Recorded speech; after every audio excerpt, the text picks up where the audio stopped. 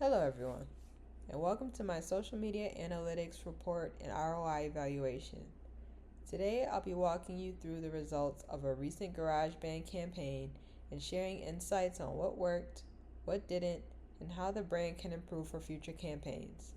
This analysis was based off of AI estimates from ChatGPT. So without further ado, let's get into it. Section 1, Brand Background.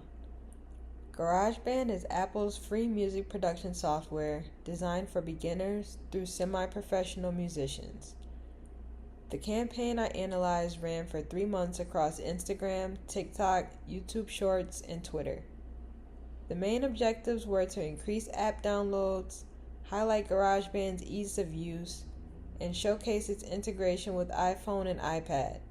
The campaign primarily targeted younger audiences ages 16 to 34 with an interest in music creation, DIY recording, and digital content. Section 2, Metrics Analysis. Looking at the engagement metrics, TikTok performed especially well. The campaign hashtag received over 2 million video views and a 6.7% engagement rate. Instagram posts had an average engagement rate of 4.5%, while YouTube Shorts averaged 50,000 views per tutorial video. Twitter, however, lagged behind with lower conversions. In terms of audience demographics, the majority were between 18 and 24, split 60% male and 40% female. The United States, UK, and India were the top locations. Traffic and conversions were also strong. The campaign drove about 420,000 website visits, and roughly 75,000 app downloads could be attributed to social posts. Sentiment analysis showed 82% positive reactions, with users praising GarageBand's accessibility. However, some negative comments came from advanced producers who felt the features were too limited. Compared to competitor FL Studio, GarageBand had higher engagement but slightly lower conversions, reflecting its broader beginner audience. Section 3, ROI and Effectiveness.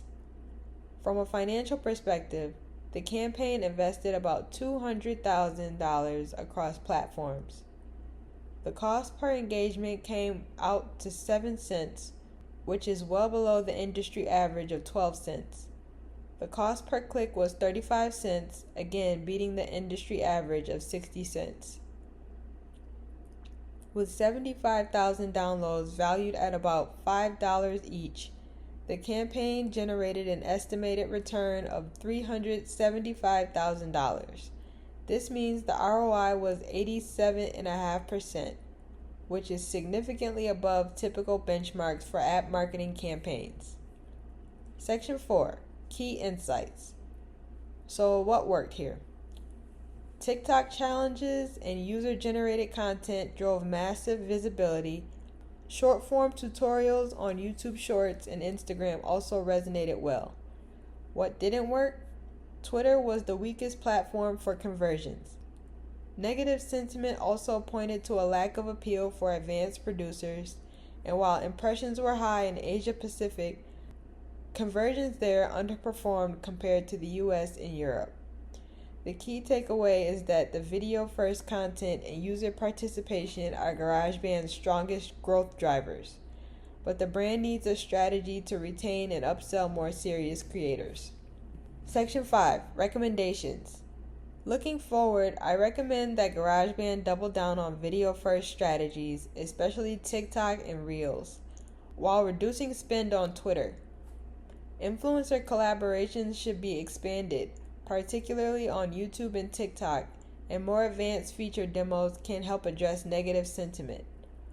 Budget allocations should prioritize 70% video-first ads, 20% influencer partnerships, and 10% experimental channels. Finally, to boost engagement, GarageBand should launch a Creator Spotlight series to highlight user projects, provide incentives for user-generated content, and even build a community hub such as the Discord for ongoing connection. In summary, GarageBand's campaign was highly effective, with above average engagement, strong ROI, and clear evidence that video first strategies are the most impactful.